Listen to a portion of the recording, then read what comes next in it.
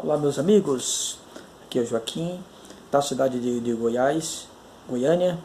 Hoje eu vou falar sobre capítulo 5 e 6 de Apocalipse, que fala sobre os 7 selos e os 4 cavalos do Apocalipse.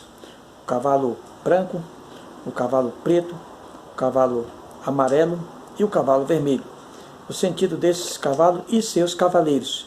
Mas, como meu tempo é só de 14 minutos, eu vou falar primeiramente sobre o cavaleiro branco. É o mais polêmico de todos, porque todos os demais cavalos e seus cavaleiros nós sabemos que vai ser o juiz de Deus sobre as nações. Mas o cavalo branco, com seu cavaleiro, com arco e com a coroa que lhe foi dado, saindo para vencer e ser vencedor, isso é muito polêmico nos círculos evangélicos. Porém, nós temos que voltar um pouco na introdução do capítulo 5, na exaltação do Cordeiro, para nós entendermos o que é que vai acontecer com a humanidade.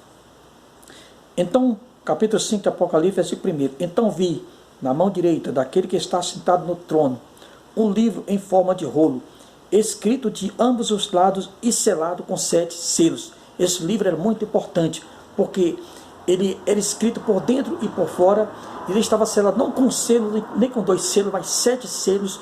Tamanha é a importância desse rolo aqui que estava escrito.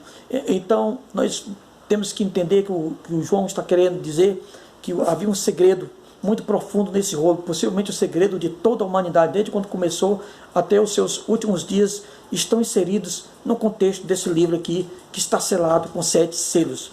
Então vamos ver.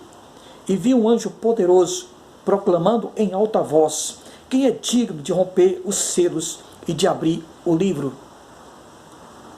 Mas não havia ninguém nem no céu, nem na terra, nem debaixo da terra, que pudesse abrir o livro, ou sequer olhar para ele. Percebe, irmãos, a importância desse livro? Nem no céu, nem na terra, nem debaixo da terra. Ou seja, nos que estavam os céus, os anjos, os serafins, os querubins, todos os redimidos de todos os tempos, 24 anciãos representando as 12 tribos de Israel e representando os 12 apóstolos, todos os seres importantes que você possa imaginar que estavam nos céus, eles foram dignos de abrir este selo. O anjo faz uma pergunta e houve um silêncio no céu por completo. E por causa disso, João ele chorava muito. Então um dos anciãos me disse: não chores, eis que o leão da tribo de Judá, a raiz de Davi, venceu para abrir o livro e desatar os seus selos. Louvado seja Deus. Percebe, irmãos? Então um dos anciãos dos 4 anciãos que estavam ao redor do trono de Deus, veio até João, que estava chorando demais, que era um profeta do Senhor, um homem de Deus mesmo. Por isso ele estava na glória, no céu, tendo toda essa revelação. Ele estava chorando demais, porque ninguém fora achado digno. Ele disse: não chores, eis aqui o leão da tribo de Judá, a raiz de Davi. Ele é digno de abrir o livro e os seus 7 selos, porque ele venceu. Louvado seja Deus. E a palavra de Deus diz, irmãos, que viu um cordeiro que parecia ter estado morto, em pé no centro do trono, cercado pelos 4 seres viventes e pelos anciãos. E tinha 7 chifres e 7 olhos, que são os 7 Espíritos de Deus. Ele viu um cordeiro. O anjo chamou o Senhor Jesus, no momento, era um leão da tribo de Judá. E quando João olha para o trono, achando que veria uma forma de um leão, ele via um cordeiro. Por quê? O leão transformou-se em cordeiro na visão de João. Porque aquele cordeiro foi o cordeiro que foi morto desde a fundação do mundo. Quando Jesus veio para João Batista para ser batizado, João Batista diz: eis o Cordeiro de Deus que tira o pecado do mundo. Então aquele cordeiro que foi morto, ele transformou-se no leão da tribo de Judá, filho de Davi, descendente de Davi. É isso que aconteceu, meus queridos irmãos. O texto é muito magnífico demais. Ele tinha 7 chifres, autoridade, poder sobre tudo, sobre todas as coisas, e 7 olhos, que são os 7 Espíritos de Deus. A plenitude do Pai estava inserida no Filho. toda a plenitude do Pai estava no Filho. E o apóstolo Paulo fala em Filipenses 2,9, nele habita corporalmente Cristo, toda a plenitude da divindade. Então estava aqui em Cristo Jesus. Todos aqueles títulos, tudo aquilo que foi atribuído ao Pai, no capítulo 4, está aqui inserida nesse contexto em relação ao próprio Filho de Deus.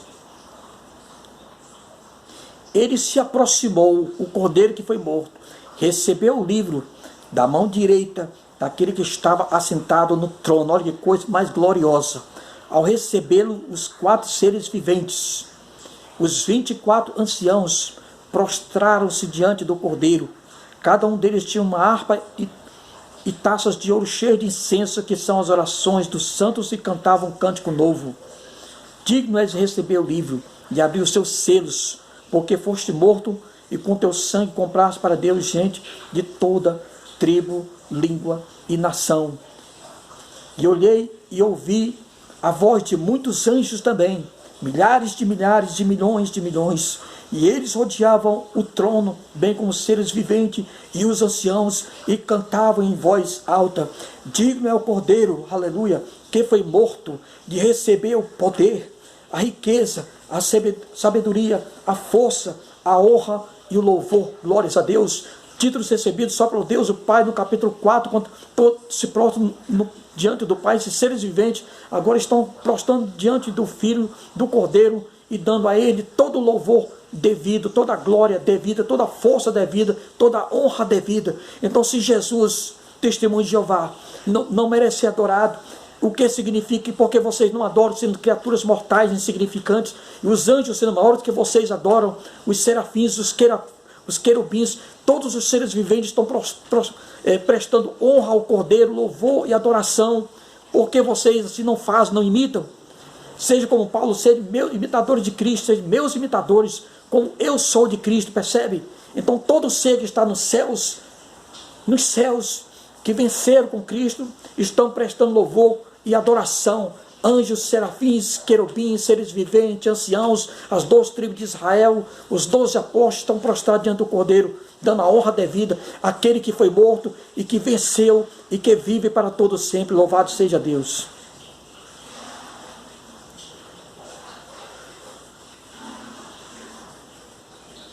Depois ouvi todas as criaturas existentes no céu, na terra e debaixo da terra e no mar, e tudo que neles há, que diziam, todos, agora não só nos céus, agora na terra, no mar e debaixo da terra, dizendo: aquele que está sentado no trono e ao Cordeiro seja o louvor, a honra, a glória, o poder para sempre. E os 4 seres viventes disseram amém, e os anciãos prostraram-se e o adoraram. Percebe, irmãos? Todos nos céus se curvaram diante de Cristo, do Cordeiro. Agora na terra, no mar e debaixo da terra, nenhum ser vivo deixou de adorar o Senhor. Então, você que não adora Jesus, você vai adorar naquele grande dia. No dia final você vai se prostrar de Ele é Senhor, Ele é Deus, é o Cordeiro. Você vai ter o apóstolo Paulo fala em Filipenses que toda língua confessará que Jesus é o Senhor, e se dobrará diante do Pai. Meus amigos, isso é a introdução. Nós recebemos o poder e a honra que Jesus recebeu, porque Ele era digno de pegar o livro daquele que estava sentado no trono e desatar os seus selos, ou seja, tirar os selos, um por um, abrir. E nós vamos ver agora aqui exatamente o que é que vai acontecer depois de todo esse louvor, toda essa honra, todo esse festejo que foi dado ao vencedor, ao Rei dos Reis, ao Senhor dos Senhores, a Cristo. Agora vamos ver Ele exercendo a sua autoridade para ler e para abrir este livro. E observei quando o Cordeiro abriu o primeiro dos 7 selos. Então ouvi um dos seres viventes dizer com voz de trovão, louvado seja Deus: venha.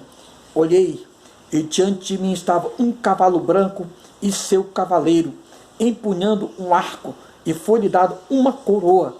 Ele cavalgava como vencedor e determinado a vencer. Agora nós vamos entrar no texto. O texto hoje que eu vou falar, meus 14 minutos, é o cavalo branco. Quem é esse cavaleiro do cavalo branco? Ele recebeu um arco e recebeu uma coroa, e foi-lhe dito que ele cavalgava como vencedor e determinado a vencer.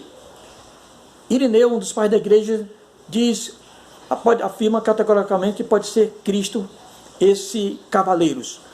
Os círculos teológicos nos dias atuais, eles divergem muito em relação a esse cavaleiro e cavalo branco. Por quê? Porque é um dos textos mais polêmicos e difíceis de ser interpretado. Será esse o anticristo? Uns dizem que é o anticristo. A maioria dos ramos das igrejas pentecostais diz que é o anticristo. Por quê? Porque ele vem como vencedor e determinado a vencer, mas ele não é o Cristo. Ele precede o Messias, ele virá antes do Messias, ele virá como vencedor. Por que ele está num cavalo branco? Ele vem imitando o Cristo. Ele vai se apresentar nos dias atuais em Jerusalém como o Messias que vai sentar no trono de Davi.